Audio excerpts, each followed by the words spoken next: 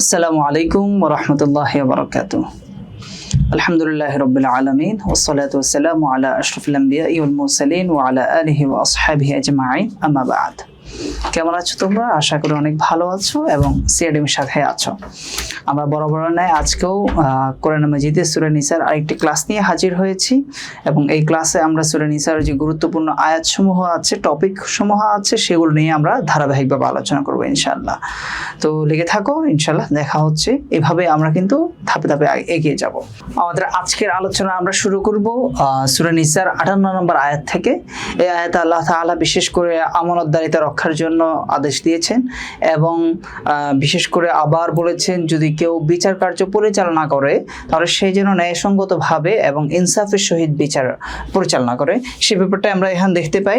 আর যদি এই আয়াতের শানে নজুল আমরা খেয়াল করি, এই আয়াতের শানে নজুলে বলা আছে যে যখন মক্কা বিজয়ের পর রাসূল সাল্লাল্লাহু আলাইহি ওয়াসাল্লাম কাবা গৃহের যে ছাবি, সেই ছাবিটা ছিল হযরত ওসমান বিন তালহা রাদিয়াল্লাহু তাআলা আনহুর কাছে। তো উনি অনেক বৃদ্ধ সাহাবী ছিলেন। তো ওনার কাছে যখন ছাবির জন্য যাওয়া হয়, তো তিনি রাসূল সাল্লাল্লাহু আলাইহি সাল্লামকে চিনতে পারেন নাই, যার কারণে ছাবি দিতে তিনি অস্বীকৃতি জানান। পরবর্তীতে হযরত আলী রাদিয়াল্লাহু তাআলা আনহু তার থেকে জোরপূর্বকভাবে চাবিটা নিয়ে আসেন। তো রাসূল সাল্লাল্লাহু আলাইহি সাল্লাম যখন কাবা গৃহের যে মূর্তিগুলো ছিল সেগুলো ভাঙলেন, তারপর সেখানে 2 রাকাত নামাজ পড়লেন। নামাজ পড়ে বেরিয়ে আসার পর কাবা গৃহের ছাবি কার কাছে থাকবে এটা নিয়ে সাহাবীদের মাঝে একটা ইন্টারেস্ট দেখা দেয়। অনেক সাহাবী দাবি করতে থাকেন। তখন আল্লাহ তাআলা এই আয়াত অবতীর্ণ করেন, অর্থাৎ এর মাধ্যমে বুঝিয়েছেন যে কাবা গৃহের ছাবি যে ওসমান বিন তালহা রাদিয়াল্লাহু তাআলা আনহুর কাছে থাকার, সেটা কিয়ামত পর্যন্তই থাকবে, যেটা আল্লাহ রাসূল সাল্লাল্লাহু আলাইহি সাল্লামও বলে দিয়েছেন।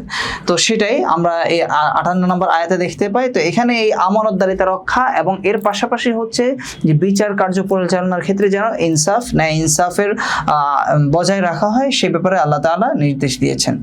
তো আমরা আয়াতের অনুবাদ সলভ করি। বিসমিল্লাহির রহমানির রহিম। ইন্নাল্লাহা ইয়া'মুরুকুম আন তুআদ্দুল আমানাতি ইলা আহলিহা, যে ইন্নাল্লাহা ইয়া'মুরুকুম, নিশ্চয়ই আল্লাহ তাআলা তোমাদেরকে আদেশ দিচ্ছেন কিসের ব্যাপারে?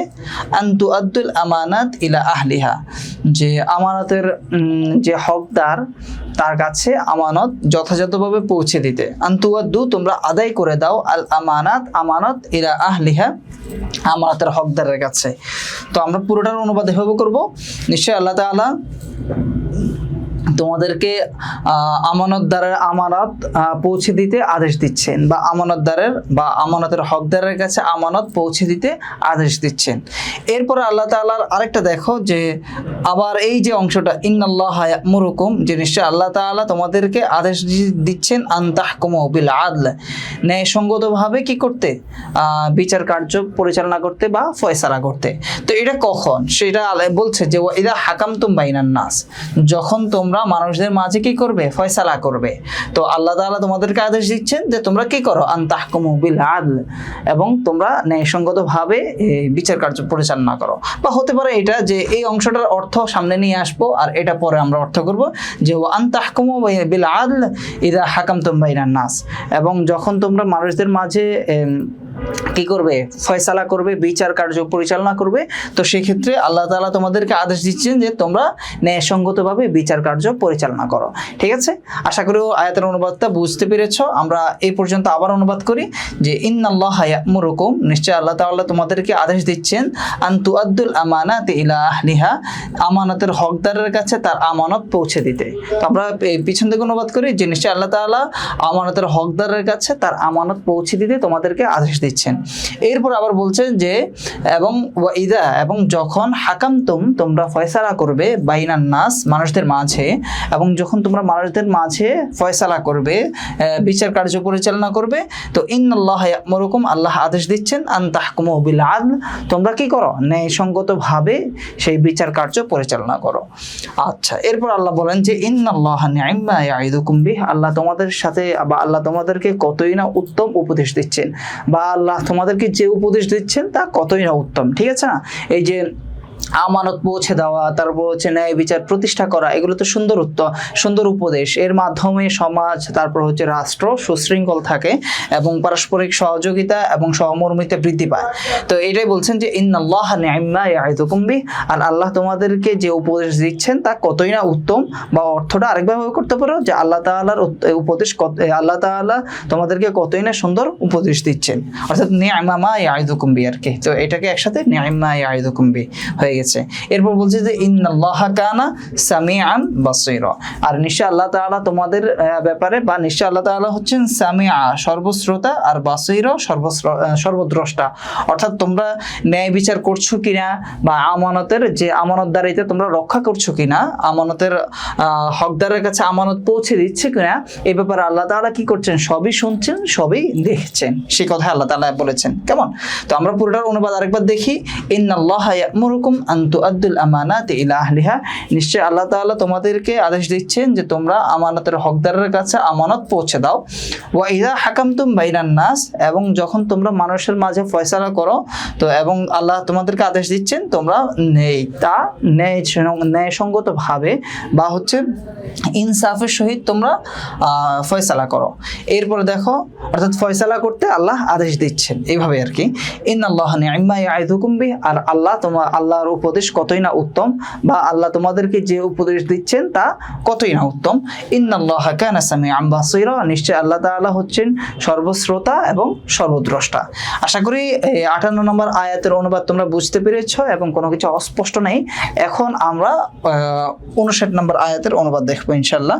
তো তোমার সাথে তো আমি সরাসরি ইন্টারকানেক্টেড না, ইন্টারাকশন করতেও পারছি না। তো তোমরা আমার সাথে হ্যাঁ না এগুলো বলার মাধ্যমে তোমরা আরেকটু অ্যাক্টিভ থাকার চেষ্টা করবা।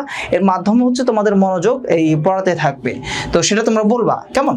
আমরা তাহলে 59 নম্বর আয়াত দেখি। এখানে দেখো বিশেষ করে বলছে যে আল্লাহ এবং আল্লাহ রাসূলের যে আনুগত্য, এবং এমনিভাবে আল্লাহ রাসূল তো সবসময় পৃথিবীতে থাকবেন না। তো আল্লাহ তাআলা আদেশের ভিত্তিতে প্রতিষ্ঠিত বা অধিষ্ঠিত যে সকল নেতৃবর্গ আছে তাদেরও আনুগত্য করা, তাদের যে অনুগত হওয়া, এই ব্যাপারটা আল্লাহ তাআলা এখানে আদেশ দিচ্ছেন। এমনিভাবে রাসূল সাল্লাল্লাহু আলাইহি সাল্লামের ব্যাপারে বলছেন যে তিনি যে আদেশ, যে ফয়সালা দিবেন সেটা যেন মুমিনরা এই যে দৃঢ়চিত্তভাবে তা মেনে নেয়। আচ্ছা, বা হচ্ছে যখন মুমিনদের মাঝে কোনো ধরনের বিরোধ মতানৈক্য দেখা দিবে, তারা যেন তার নিষ্পত্তির লক্ষ্যে রাসূল সাল্লাল্লাহু আলাইহি সাল্লামের সামনে তা উপস্থাপন করে। আল্লাহ তাআলা তার বান্দাদেরকে এইভাবেই সুন্দরভাবে আদেশ দিচ্ছেন। তা আমরা সেগুলোই আমাদের এই আয়াতে দেখতে পাবো। তো শুরু করি। বিসমিল্লাহির রহমানির রহিম। ইয়া আইয়ুহাল্লাযীনা আমানু, হে ঈমানদারগণ, আতিউল্লাহ, তোমরা আল্লাহর আনুগত্য করো, ওয়া আতিউর রাসূল, এবং রাসূলের অনুসরণ করো। আল ইতাআতু অর্থ হচ্ছে কি করা, আনুগত্য করা, অনুসরণ করা। তো সেখান থেকে আতিউল্লাহ ওয়া আতিউর রাসূল ওয়া উলিল আমরি মিনকুম। আর উলুল আমরি মিনকুম অর্থ হচ্ছে, আমরা পুরোটা অর্থ করব যে নেতৃত্ববর্গ, অর্থাৎ তোমাদের শরিয়া বা না এই যে শরিয়া সমর্থিত যে সকল নেতৃবৃন্দ রয়েছে, যে সকল শাসকবর্গ রয়েছে, তাদের তোমরা অনুসরণ করো, তাদের আনুগত্য করো।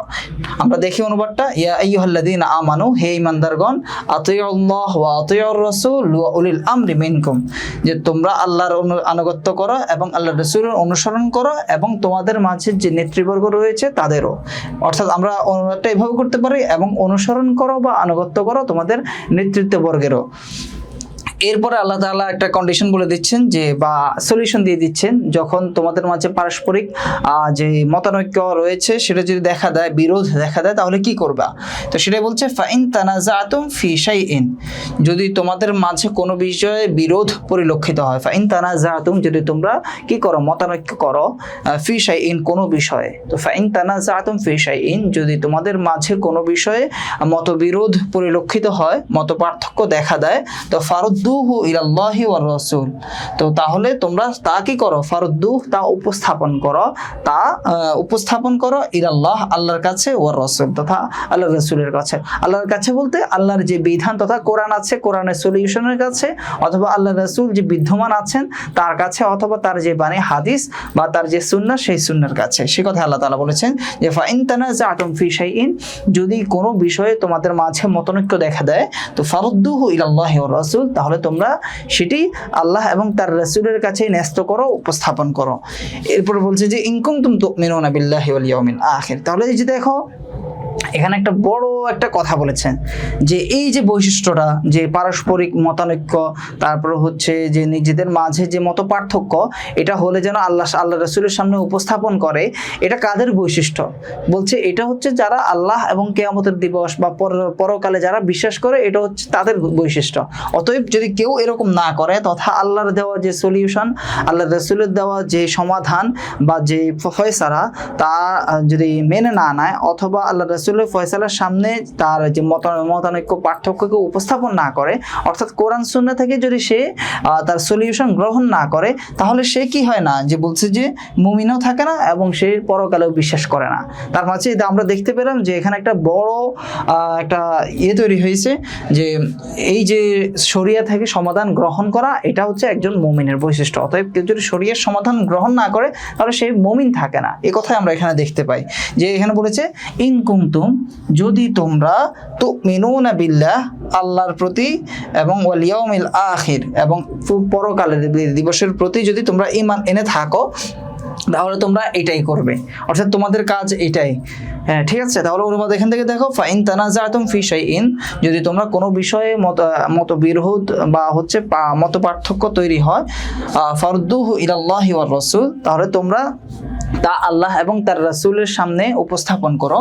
ইন কুনতুম তুমিনুনা বিল্লাহি ওয়াল ইয়াউমিল আখির, যদি তোমরা আল্লাহ এবং পরকাল দিবসের প্রতি ঈমান এনে থাকো। এরপর বলছে যে যালিকা খায়র ওয়া আহসানু তাউইলা, এটা হচ্ছে সর্বোত্তম এবং সর্বশ্রেষ্ঠ পরিণতি, কর্মপদ্ধতি বা কর্মপন্থা। ঠিক আছে, এটা করতে পারো। যালিকা খায়র, এটা হলো সর্বোত্তম, ওয়া আহসানু তাউইলা, এবং শ্রেষ্ঠ কর্মপদ্ধতি। অর্থাৎ কোনো বিষয়ের মতবিরোধ পার্থক্য দেখা দিলে সেটা যেন আল্লাহ এবং তার রাসূলের প্রতি উপস্থাপন করা হয়, তথা শরিয়ার কাছে সেটি যেন সমাধান চাওয়া হয়। তো আমরা এখান থেকে আবার অনুবাদ আরেকবার বলে ফেলি। দেখো, বিসমিল্লাহির রহমানির রহিম, ইয়া আইয়ুহাল্লাযীনা আমানু, হে ঈমানদারগণ, আতিউল্লাহ ওয়া আতিউর রাসূল ওয়া উলিল আমরি মিনকুম, যে তোমরা আল্লাহর আনুগত্য করো এবং আল্লাহর রাসূলের অনুসরণ করো, এমনি ভাবে তোমরা আনুগত্য করো তোমাদের মাঝে যে নেতৃবর্গ রয়েছে তাদের। ফাইন তানাজাতুম ফি শাইইন, যদি তোমরা কোনো বিষয়ে মত পার্থক্য, মত বিরোধে লিপ্ত হও, ফারুদ্দুহু ইলাল্লাহি ওয়া রাসূল, তাহলে তোমরা সেটি আল্লাহ এবং তার রাসূলের প্রতি ন্যস্ত করো। ইন কুনতুম তুমিনুনা বিল্লাহি ওয়াল ইয়াউমিল আখির, যদি তোমরা আল্লাহ এবং পরকাল দিবসের প্রতি ঈমান এনে থাকো। এরপর বলছে যালিকা খায়র ওয়া আহসানু তাউইলা, এটা হলো সর্বোত্তম এবং শ্রেষ্ঠ বা সুন্দর কর্মপদ্ধতি, অর্থাৎ এটাই সুন্দর। তাহলে আমরা মোটামুটি 59 নম্বর আয়াতেরও অনুবাদ বুঝলাম এবং আয়াতের কনটেক্সটকেই আল্লাহ তাআলা আমাদেরকে কি মেসেজ দিলেন সেটা আমরা বুঝতে পারলাম। এবার দেখো, আমরা এই দুইটার আয়াতের আলোকে যে সংশ্লিষ্ট প্রশ্নোত্তর রয়েছে সেগুলো আমরা যদি খেয়াল করি, প্রথমত দেখো, বাইন শাআনা নুজুল হাতাইনিল আয়াতাইনিল কারিমাইন, অর্থাৎ এই যে দুইটি আয়াত আছে সেই দুইটি আয়াতের শান নজুল বর্ণনা করার কথা বলেছে। তো আমরা প্রথমটা শান নজুল অলরেডি বলেই ফেলেছিলাম, যে সেটা হচ্ছে মক্কা বিজয়ের পর যে কাবা গৃহের ছাবি যেন ওসমান বিন তালহা রাদিয়াল্লাহু তাআলা আনহুর কাছে পৌঁছে দেওয়া হয়, সে ব্যাপারে আল্লাহ তাআলা আদেশ দিয়েছে। আর দ্বিতীয় আয়াতের বলা হচ্ছে যেখানে আল্লাহ রাসূল, তারপর হচ্ছে আল্লাহ রাসূল এবং নেতৃবর্গের যে আনুগত্যের কথা বলা হয়েছে, সেটার ব্যাপারে বলা আছে যে কি একবার এক সারিয়া তথা ছোট যুদ্ধে, যে সকল যুদ্ধে মানে সৈন্যদল আল্লাহ রাসূল প্রেরণ করতেন তিনি নিজে যেতেন না, সেগুলোকে সারিয়া বলা হয়। তো কোন এক সারিয়ায় হচ্ছে আল্লাহ রাসূল একদল সৈন্যকে পাঠান এবং তার মাঝে যে আমির ছিলেন তিনি যে কোনো কারণে তার সৈন্যদলের প্রতি তিনি ক্ষুব্ধ ছিলেন। তো তিনি বলছিলেন যে আল্লাহ রাসূলকে আমাকে আনুগত্য করতে তোমাদেরকে বলে নাই বা আদেশ দেন নাই? তো তারা বলল হ্যাঁ দিয়েছেন। তিনি বললেন তাহলে ঠিক আছে, তোমরা কাঠ সংগ্রহ করো এবং আগুন জ্বালাও, সেখানে তোমরা ঝাঁপিয়ে পড়ো। অর্থাৎ তিনি রাগান্বিত হয়ে এই কথা বলেছেন। তো উপস্থিত সাহাবীরা যারা ছিলেন তারা কি করেন নাই, এই কথা বা এই আদেশ তারা মানেন নাই। তো পরবর্তীতে আল্লাহ রাসূলের কাছে এটা উপস্থাপন করা হয়, তখন তিনি বললেন যে যদি আমির যদি শরিয়া বিরোধী বা হচ্ছে শরিয়া সমর্থন করে না এমন কোনো আদেশ দেয়, তাহলে সেটা মান্য করা অপরিহার্য নয়। তো সেই প্রেক্ষাপটে এই আয়াত অবতীর্ণ হয়েছিল। এরপর যদি দেখি আমরা পরবর্তী প্রশ্ন, যে মা মা'নাল আমানা ওয়া কাম কিসমান লাহা, যে আমানা বলতে কি বোঝায় তথা আমানত বলতে কি বোঝায় এবং তার কয়টি প্রকার রয়েছে। তো আমরা যদি বলি আমানত বলতে সেটাই বোঝায় যে আদাইল হুকুক অর্থাৎ ওই যে হকদাতা আছে তথা যে আমানতের যে প্রাপ্য বা প্রাপ্য ব্যক্তির কাছে তার হক পৌঁছে দেওয়াকেই কি বলে? আমানত বলে। অর্থাৎ যে প্রাপ্য তার কাছে তার প্রাপ্তি পৌঁছে দেওয়াকেই আমানত বলে। আর যেটা আমানত, যেটা আমরা দেখতে পাই, আমানত সাধারণত 3 প্রকার। আমানাতুন ফি ইবাদাতিল্লাহ, তথা আল্লাহর ইবাদতের ক্ষেত্রে আমানত, অর্থাৎ আল্লাহর যে বিধিবিধান রয়েছে সেগুলো যথাযথভাবে পালন করা, সেটা হচ্ছে আমানত। এরপর হচ্ছে আমানাতুন মাল আজজা, বা হচ্ছে শরীরের যে অঙ্গ প্রত্যঙ্গ আছে সেগুলো ব্যবহারের ক্ষেত্রেও কি আমানতদারিতা, সেটা হচ্ছে কি আল্লাহ আমাদেরকে যে অঙ্গ প্রত্যঙ্গ দিয়েছেন সেগুলো যেন আমরা যথাযথভাবে ব্যবহার করি। আর এরপরে হচ্ছে আমানাতুন মা ইবাদাতিল্লাহ, অর্থাৎ আল্লাহর যে আমানাতুন মা ইবাদিল্লাহ, তথা আল্লাহর বান্দাদের সাথে এই আমানতদারিতা রক্ষা করা, সেটা হচ্ছে যে পারস্পরিক লেনদেন, চুক্তি ইত্যাদির ক্ষেত্রে যে প্রতিশ্রুতি, যে ওয়াদা, যে চুক্তি হয় সেগুলো যেন আমরা যথাযথভাবে পালন করি, সেটাই এই আমানতের অন্তর্ভুক্ত। এরপর দেখো যে ওয়াইদা হাকামতুম বাইনান নাস, এর ব্যাখ্যা কি? এমনিভাবে হচ্ছে আল্লাহ তাআলার বাণী যে আতিউল্লাহ ওয়া আতিউর রাসূল ওয়া উলিল আমর, অর্থাৎ এই যে আল্লাহ এবং আল্লাহ রাসূল এবং নেতৃত্ববর্গের অনুসরণ করা, সেই ব্যাপারটায় যে ব্যাখ্যা চাওয়া হয়েছে এগুলো তোমরা তোমাদের গাইড বুকে, তারপরে হচ্ছে টেক্সট বুকে পেয়ে যাবে ইনশাআল্লাহ। ঠিক আছে, তাহলে আমরা পরবর্তী আয়াতের অনুবাদ আমরা খেয়াল করি। এটা হচ্ছে 65 নম্বর আয়াত। এখান থেকে যদি আমরা বলি যে এখানে বিশেষ করে আল্লাহ রাসূলের যে ফয়সালা, অর্থাৎ আল্লাহ রাসূল যে ফয়সালা দিয়ে থাকেন, সেই ফয়সালা যেন দৃঢ় চিত্তে মেনে নেওয়া হয় এবং কোনোরূপ যেন মনের মাঝে সংশয় না থাকে। তো এই ব্যাপারে মুমিনদেরকে আল্লাহ তাআলা বিশেষভাবে আদেশ দিয়েছেন। এই আয়াতের যদি প্রেক্ষাপট আমরা খেয়াল করি তথা শানে নুজুল, সে ব্যাপারে বলা হচ্ছে যে হযরত জুবাইর রাদিয়াল্লাহু তাআলা আনহু এবং এক সাহাবীর মাঝে কূপ থেকে পানি তোলা নিয়ে একটা মতবিরোধ তৈরি হয়। তো আল্লাহ রাসূল এখানে কি করেন? একটা সমাধান তৈরি করে দেন, এবং এই সমাধানটা হচ্ছে বাহ্যিকভাবে, অর্থাৎ তিনি তো ন্যায়সঙ্গতভাবেই সমাধান করেছেন। তারপরও এটা হযরত জুবাইর রাদিয়াল্লাহু তাআলা আনহু এখানে কিছু সুবিধা পান। তো ওই সাহাবী তখন বলতে লাগলেন যে যেহেতু জুবাইর হচ্ছে তার আল্লাহ রাসূলের ফুফাতো ভাই, সেই জন্য আল্লাহ রাসূল কিভাবে এইভাবেই, অর্থাৎ তার যে ফেভার দেওয়ার জন্য বা তাকে সুযোগ দেওয়ার জন্য এইভাবে ফয়সালা করেছেন। তো আল্লাহ তাআলা তখন এই আয়াত অবতীর্ণ করে তার বিরোধিতা করেন, বরং আল্লাহ রাসূলের যে ফয়সালা সেটা হচ্ছে যুক্তিযুক্ত এবং তা মানে কোনো রূপ সংশয় ছাড়া, কোনো ধরনের আপত্তি উপস্থাপন করা ছাড়াই তা মেনে নেওয়া একজন মুমিনের কর্তব্য। সে কথা আল্লাহ তাআলা বলেছেন যে দেখো, বিসমিল্লাহির রহমানির রহিম, ফালা না ওয়ারাব্বিক, তোমার প্রতিপালকের শপথ। ফালা মানে কিন্তু না, মানে অর্থাৎ এখানে কি পূর্বের আয়াত থেকে রেস্ট এনে এখান থেকে বলা হচ্ছে যে ফালা কিন্তু না, ওয়ারাব্বিক তোমার প্রতিপালকের শপথ, লা ইউমিনুন তারা মুমিন হতে পারবে না, হাত্তা ইউহাক্কিমুক ফিমা শাজারা বাইনাহুম, যে হাত্তা ইউহাক্কিমুক যতক্ষণ না তারা তোমাকে হাকিম তথা বিচারক মানবে, ফিমা শাজারা বাইনাহুম তাদের মাঝে যে মতবিরোধ রয়েছে সেই মতবিরোধের ক্ষেত্রে, অর্থাৎ তারা যে মত পার্থক্য, যে মতবিরোধ করে সেই মতবিরোধের ক্ষেত্রে যতক্ষণ না তারা তোমাকে কি করবে, হাকিম তথা বিচারক মেনে না নিবে, ততক্ষণ পর্যন্ত তারা কি হতে পারবে না, ইমানদার হতে পারবে না। ঠিক আছে, তাহলে আমরা অনুবাদটা একবার দেখি। ফালা এবং না বা কিন্তু না, ওয়ারাব্বিক তোমার প্রতিপালকের শপথ, লা ইউমিনুন তারা ইমানদার হতে পারবে না, হাত্তা ইউহাক্কিমুকা ফিমা শাজারা বাইনাহুম যতক্ষণ না তারা তাদের মাঝে মতবিরোধে লিপ্ত বিষয়ে তোমাকে বিচারক রূপে না মানবে। এরপর বলছে সুম্মা লা ইয়াজিদু ফি আনফুসিহিম হারাজাম মিম্মা কাদাইতা, যে আল্লাহ রাসূল যে ফয়সালা দিয়েছেন সেই ফয়সালার ব্যাপারে তাদের মনের মাঝে কোনো ধরনের খটকা বা সন্দেহ বিদ্যমান থাকবে না, সে কথাই বলেছে। তো যদি এমনটা হয় তাহলে হচ্ছে তারা মুমিন থাকবে, আর যদি তাদের মাঝে কি থাকে, মনে খটকা থাকে বা হচ্ছে ফয়সালা যদি মেনে না নেয়, তাহলে তারা কখনো মুমিন হবে না। আল্লাহ তাআলা সরাসরি এটা জানিয়ে দিচ্ছেন যে সুম্মা লা ইয়াজিদু ফি আনফুসিহিম, এবং তারা তাদের মনে পাবে না কি হারাজান কোনো ধরনের সংকীর্ণতা বা কোনো ধরনের খটকা, অর্থাৎ তাদের মনে কোনো ধরনের খটকা থাকবে না, মিম্মা কদাইতা তুমি বা আপনি যে ফয়সালা করেছেন তার ব্যাপারে। অর্থাৎ আমরা পুরোটার অর্থ এখান থেকে করব, এবং আপনি যে ফয়সালা করেছেন তার তার ব্যাপারে তাদের মনে কোনো ধরনের ওয়াসওয়াসা, খটকা এবং সন্দেহ থাকবে না। এই অর্থটা করবা, কেমন? যে ফালা ওয়া রাব্বিক, এবং কিন্তু না, আপনার প্রতিপালকের শপথ, লা ইউমিনুন হাত্তা ইউহাক্কিমুকা ফিমা শাজারা বাইনাহুম, তাদের মাঝে ঘটিতব্য বিষয়ে যতক্ষণ না তারা আপনাকে এই বিচারক না মানবে ততক্ষণ পর্যন্ত তারা মুমিন হবে না।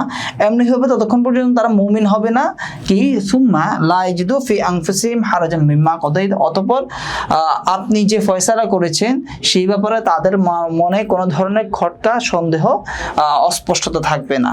এবং ওয়া ইউসাল্লিমু তাসলিমা, এবং তারা কি করবে, তা এই যে মানে সাল্লামা ইসাল্লিমু তাসলিমান, এখান থেকে তো হচ্ছে কি আত্মসমর্পণ করা, তো তা হচ্ছে এখানে সন্তুষ্ট চিত্তে মেনে নেওয়া যে আল্লাহ রাসূলের যে ফয়সালা সেটাই হচ্ছে শ্রেষ্ঠ এবং সেটাই সর্বোত্তম, এই কথাটা মনে প্রাণে দৃঢ়ভাবে মেনে নেওয়া, এটাই হচ্ছে একজন মুমিনের কর্তব্য। আর যদি কেউ মেনে না দেয় তাহলে হচ্ছে আল্লাহ শপথ করে বলছেন সে কখনো কি হবে না, মুমিন হবে না, ঠিক আছে?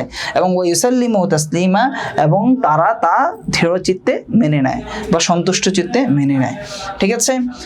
আশা করি এই আয়াতের অনুবাদটা বুঝতে পেরেছো, অসুবিধা নাই বা কোনো অস্পষ্টতা নাই। আরেকবার বলে দিচ্ছি, ফালা, কিন্তু না, ওয়া রাব্বিক, আপনার প্রতিপালকের শপথ, লা ইউমিনুন, তারা ততক্ষণ পর্যন্ত মুমিন হবে না, হাত্তা ইউহাক্কিমুকা ফিমা শাজারা বাইনাহুম, তাদের মাঝে ঘটিতব্য বিষয়ে যতক্ষণ না পর্যন্ত আপনাকে বিচারক মানবে, সুম্মা লা ইয়াজিদু ফি আনফুসিহিম হারাজাম মিম্মা কাদাইতা, অতঃপর, সুম্মা মানে অতঃপর আপনি যা ফয়সালা করেছেন সেই বিষয়ে তাদের অন্তরে কোনো ধরনের কি সংকীর্ণতা বা খটকা বিদ্যমান থাকবে না।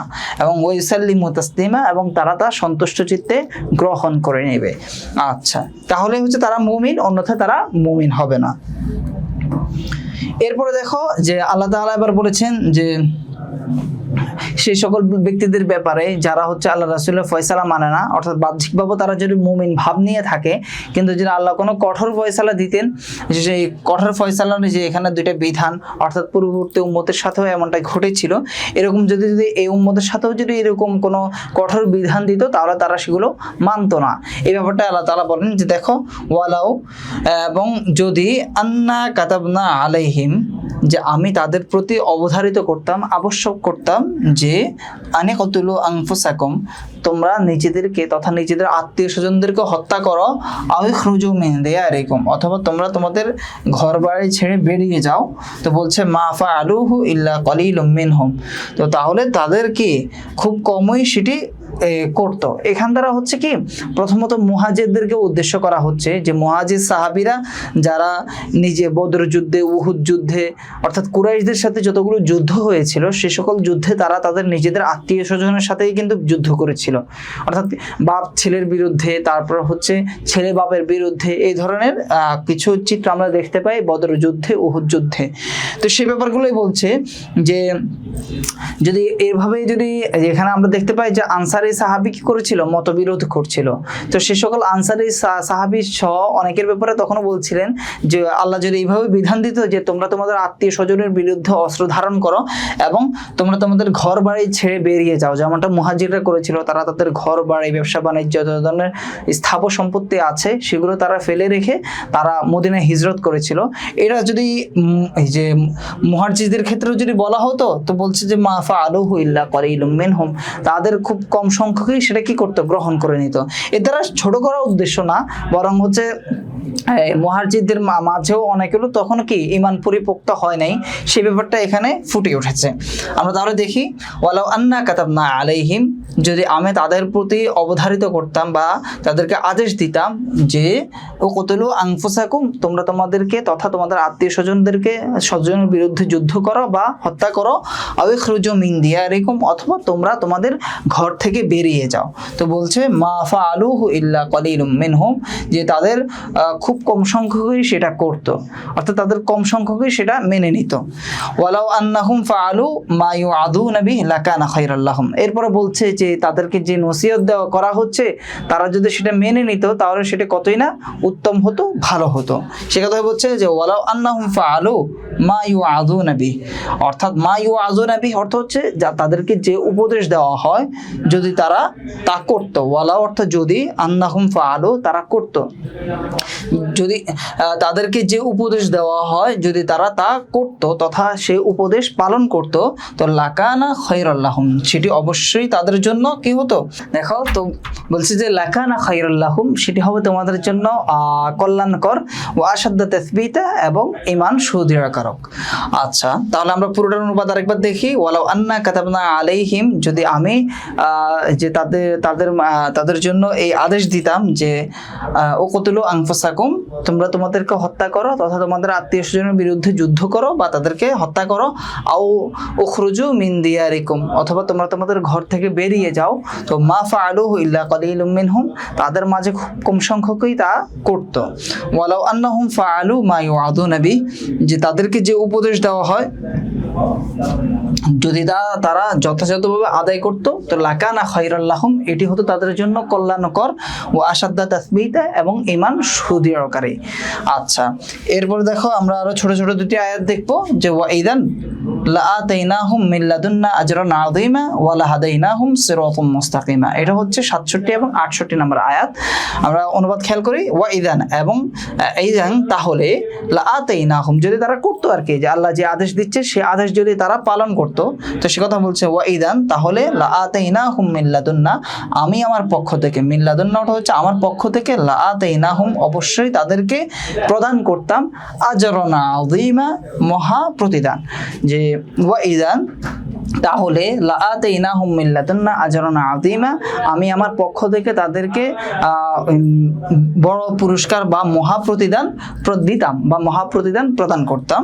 এরপর বলছে ওয়ালা হাদাইনাহুম সিরাতাম মুস্তাকিমা, এবং তাদেরকে অবশ্যই সিরাতাম মুস্তাকিম তথা সরল পথ বা সঠিক পথের দিক নির্দেশনা দিতাম। ঠিক আছে, ওয়ালা হাদাইনাহুম, এবং আমি তাদেরকে পরিচালিত করতাম বা প্রদান করতাম সিরাতাম মুস্তাকিমা, অর্থাৎ হচ্ছে সরল পথ, সঠিক পথ, অর্থাৎ আমি তাদেরকে সঠিক পথের দিশা দিতাম।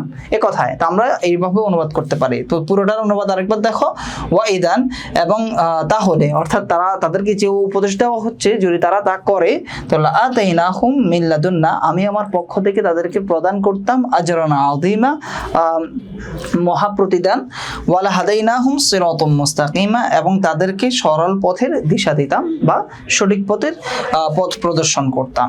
আচ্ছা, তাহলে এই আয়াতগুলো যদি সংশ্লিষ্ট আমরা একটা প্রশ্ন দেখি তাহলে সেটা হচ্ছে উক্তু শাআনে নুজুল হাদিহিল আয়াতিল কারিমা, এই আয়াতের যে শাআনে নুজুল আছে সেটা বর্ণনা করো।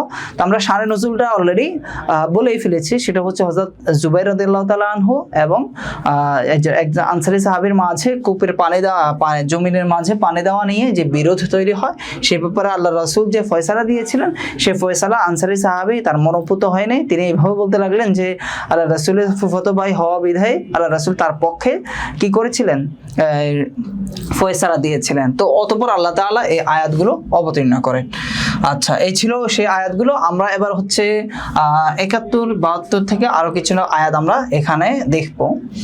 এখানে হচ্ছে মূলত যে মুনাফিকরা আছে সে মুনাফিকদের বৈশিষ্ট্যগুলো আল্লাহ তাআলা এখানে বলে দিচ্ছেন, যে মুনাফিকরা তারা কি করতো, যে তারা তো প্রথমত মনে প্রাণে ইসলামকে গ্রহণ করতো না, এবং যে মুসলিমরা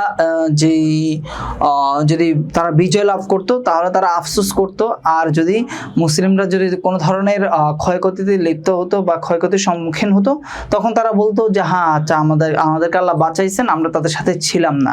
তো এই যে তাদের দ্বিমুখী নীতি, এগুলো আল্লাহ তাআলা সমালোচনা করেন। আর আল্লাহ তাআলা সবসময় মুমিনদের উপরে বলেছেন যে তোমরা কি করো, যুদ্ধের জন্য বা সর্বোপরি নিজেদের জন্য সবসময় প্রস্তুত থাকো, সে ব্যাপারে আল্লাহ তাআলা এখানে আলোকপাত করেছিলেন।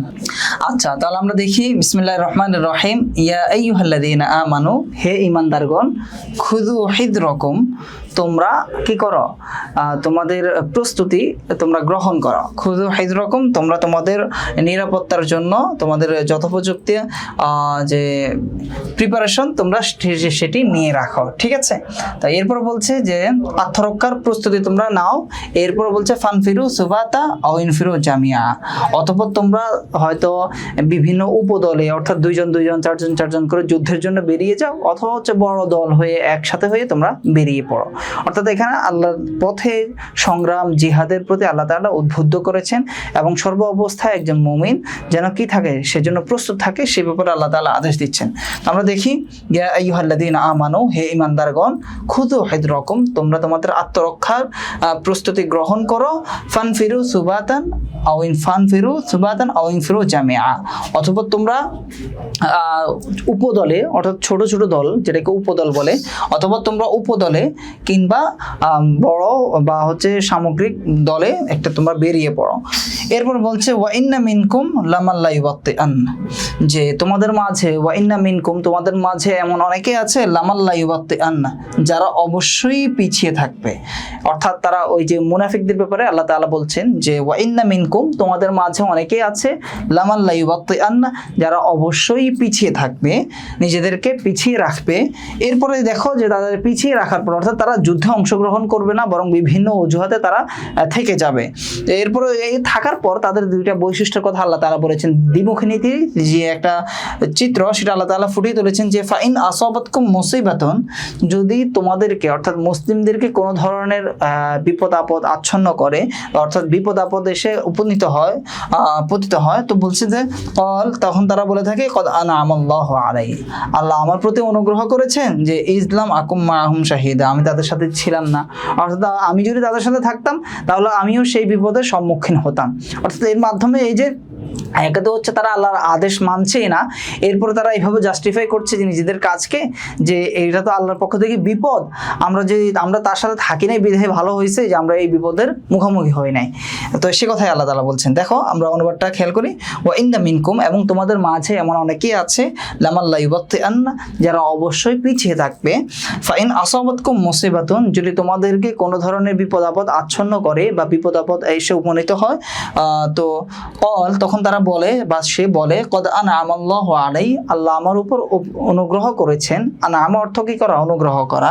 তো কদ আনআমাল্লাহু আলাইয়া, আল্লাহ আমার প্রতি অনুগ্রহ করেছেন যে ইজলাম আকুম মাহুম শাহিদা, যখন যে আমি তাদের সাথে কি ছিলাম না, উপস্থিত ছিলাম না। ইজলাম আকুম মাহুম, আমি তাদের সাথে ছিলাম না, শাহিদা উপস্থিত, অর্থাৎ আমি তাদের সেই দলের সাথে ছিলাম না বিধায় আমি এই ধরনের বিপদের মুখোমুখি হই নাই।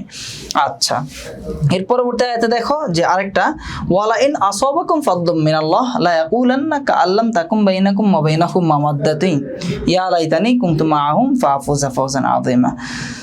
আচ্ছা, এখন দেখো যে সাধারণত যে মুমিনরা তো বের হওয়ার সময় মুনাফিকদেরকেও ডাকে, এবং মুনাফিকরা তাদেরকে নিজেদেরকে মুমিন পরিচয় দিয়েই তারা অজুহাত দেখিয়ে কি করে, সরে যায়। তো এই যে পরবর্তীতে বের হওয়ার পর মুমিনরা বিজয় লাভ করে, তারপর হচ্ছে বিভিন্নভাবে তারা শ্রেষ্ঠত্ব লাভ করে, তারপর হচ্ছে বিভিন্ন সম্পদ তারা পায়। তো এই যে পাওয়ার পর মুনাফিকরা তখন আফসোস করতে থাকে, তো যদি বলতে থাকে যে আমি তাদের সাথে থাকতাম তাহলে আমরাও কি সফলতা অর্জন করতাম। অথচ তাদের এই বলাটা তো তাদের এখন ঠিক না, কারণ তাদের এই বলার মাধ্যমে হচ্ছে এমন যে মুমিনরা যেন তাদেরকে কোনোভাবে আহ্বানই করে নাই, বা তারা এই যে এই ব্যাপারে কোনো কিছু জানতোই না, বরং এমনটা ছিল যে তারা জেনে বুঝে যুদ্ধ থেকে নিজেদেরকে গুটিয়ে রাখতো। তো কিন্তু পরবর্তীতে গুটিয়ে রেখেও তারা আবার আফসোস করতো।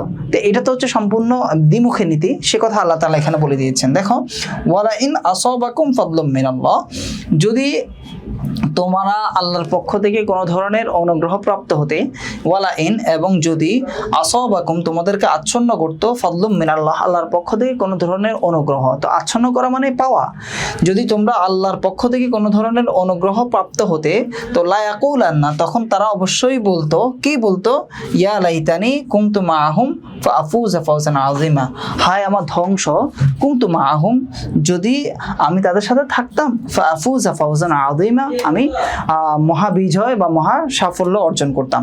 তো এই যে ব্যাপারটা কখন, যে মানে এই বলার ধরনটা তাদের কেমন হবে সেটা এই অংশটুকুতে বলা আছে, যে এখানে তো সে জানতোই সে যদি যুদ্ধে যেত তাহলে সে তার এরকম একটা চান্স থাকতো, কিন্তু এটা জানার পরও তার যে এই যে বলা আমি সফল হতাম, এটা তো বলাটা এখন তো তার জন্য খাটে না। তো তার এই বলাটা কেমন, যে কাআল্লাম তাকুম বাইনাকুম ওয়া বাইনাহুম মাওয়াদ্দা, যে তার মাঝে, সেই মুনাফিকের মাঝে এবং মুমিনদের মাঝে কোনো ধরনের কোনো সম্পর্কই ছিল না, কোনো ধরনের কোনো মাওয়াদ্দা, ও মাওয়াদ্দাতুন অর্থ হচ্ছে তোমার ধরনের সুসম্পর্ক, বা রিদ্ধতা। তো মুমিনরা তো তাদেরকে আহ্বান করেছিল, তারপরেও তারা মুমিনদের দলে ছিল না বিধায় তারা এই সাফল্য থেকে তারা পিছিয়ে পড়েছিল। তো আমরা পুরোটার অনুবাদ আরেকবার দেখি। ওয়ালাইন আসাবাকুম ফাদলুম মিনাল্লাহ, যদি তাদেরকে কোনো ধরনের যদি তোমাদেরকে আল্লাহর পক্ষ থেকে কোনো ধরনের এই তথা অনুগ্রহ প্রাপ্ত হতে বা হও, তো লা ইয়াকুলান্না, তারা তখন বলে, লা ইয়াকুলান্না, তারা তখন অবশ্যই বলে যে ইয়া লাইতানি, মানে কিভাবে বলে যে কাল্লাম তাকুম বাইনাকুম ওয়া বাইনাহুম মাওয়াদ্দা, যেন তোমাদের এবং তাদের মাঝে কোনো ধরনের হৃদ্যতাই ছিল না, যে তখন তারা বলে ইয়া লাইতানি, হায় আমার আফসোস, কুনতু মাআহুম, যদি আমি তাদের মাঝে থাকতাম, ফাফুজা ফাওজান আযীমা, তাহলে আমিও মহা সাফল্য অর্জন করতাম। আচ্ছা, এই ছিল মোটামুটি 73 নম্বর আয়াতের অনুবাদ। এখন আমরা এই আয়াতের যে শানে নুজুল, সেই শানে নুজুল আমরা যদি বলি, সেটা আমরা বলেই ফেলেছি যে এটা ছিল মুনাফিকদের যে বৈশিষ্ট্য, তারা এইভাবে যুদ্ধ থেকে নিজেদেরকে পিছিয়ে রাখতো, এবং যদি মুমিনরা কোনো ধরনের বিপদ আপদে পতিত হতো তখন তারা সেজন্য আনন্দ প্রকাশ করতো যে আমরা তাদের সাথে ছিলাম না। আর যদি মুমিনরা কোনো ধরনের সাফল্য অর্জন করতো, কল্যাণ লাভ করতো, তখন তারা আফসোস করতে থাকতো। এরপর দেখো মানাল মুরাদ বিকাউলিহি তাআলা ওয়া ইন্না মিনকুম লামাল্লা ইউবাক্তিআন্না, যে তোমাদের মাঝে অনেকেই আছে যারা নিজেদেরকে পিছিয়ে রাখতো। এর দ্বারা উদ্দেশ্য কি? এর দ্বারা উদ্দেশ্য হচ্ছে সে সকল মুনাফিকরা যারা কি করছিল, যুদ্ধ থেকে নিজেদেরকে গুটিয়ে রাখতো এবং সর্বোপরি মুসলিমদের যে হিতকর বা কল্যাণকর যে সকল কাজ আছে সে সকল কাজ থেকে নিজেরা বিরত থাকতো। আচ্ছা, আর এই সম্পর্কে আরো যে ব্যাখ্যা বা বিস্তারিত, সেটা তো তোমরা তোমাদের টেক্সট বুকে পেয়ে যাবা। আর এর পাশাপাশি চাইলে বাজারে যে সকল গাইড আছে সেগুলো তোমরা ফলো করতে পারো। তো এই ছিল আজকের ক্লাস। আর ইনশাল্লাহ এই ক্লাসগুলো শেষ হলে আমরা হচ্ছে 5টা ক্লাস একসাথে করে এগুলোর যে তাহকিক, সেই তাহকিকগুলো ইনশাল্লাহ আমরা একটা ক্লাসে দিয়ে দেবো। অর্থাৎ তাহলে তাহকিকটা আলাদাভাবে বুঝলে এবং আলাদাভাবে তোমরা আয়ত্ত করতে পারবে ইনশাল্লাহ। তো আজকের ক্লাস এই পর্যন্তই থাকলো, দেখা হবে পরবর্তী ক্লাসে। সে পর্যন্ত সবাই ভালো থেকো, সুস্থ থেকো। আসসালামু আলাইকুম ওয়া রাহমাতুল্লাহি ওয়া বারাকাতুহু।